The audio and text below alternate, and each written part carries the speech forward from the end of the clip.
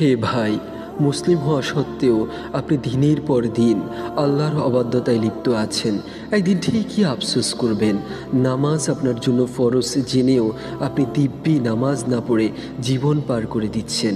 আপনি সবার কাছে নিজেকে মুসলিম হিসেবে পরিচয় দিচ্ছেন, অথচ আপনি রমজানে রোজা রাখছেন না।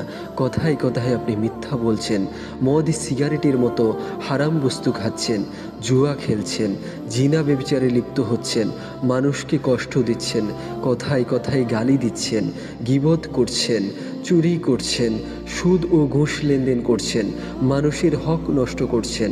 এভাবে প্রতিনিয়ত একটার পর একটা গুনাহ করেই যাচ্ছেন। হে ভাই, আর কত গুনাহের সাগরে ডুবিয়ে রাখবেন নিজেকে? আপনার রবকে ভয় করুন, আল্লাহর ক্রোধকে ভয় করুন।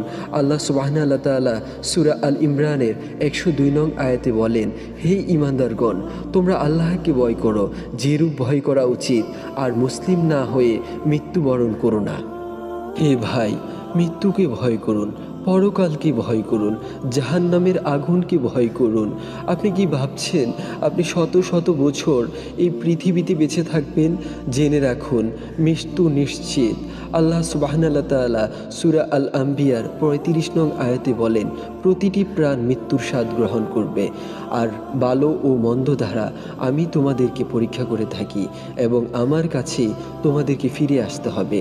হে ভাই, আজ থেকেই নিজেকে সংশোধন করে ফেলুন, তওবা করে রবের দিকে ফিরে আসুন।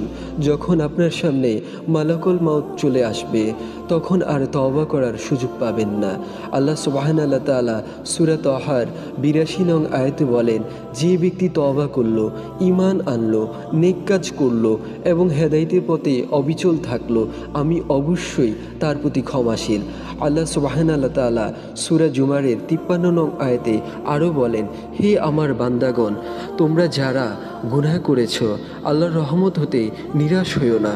নিশ্চয়ই আল্লাহ সমস্ত গুনাহ ক্ষমা করেন, নিশ্চয়ই তিনি ক্ষমাশীল ও দয়ালু। হে ভাই, এখনও সময় আছে। হে ভাই, এখনও সময় আছে।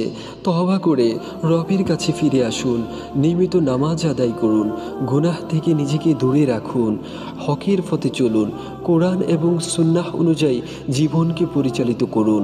হে ভাই, আপনাকেই বলছি, হে ভাই, আপনাকেই বলছি, মালাকুল মউত আপনার কাছে আসার আগেই আপনি ফিরে আসুন আপনার রবের কাছে।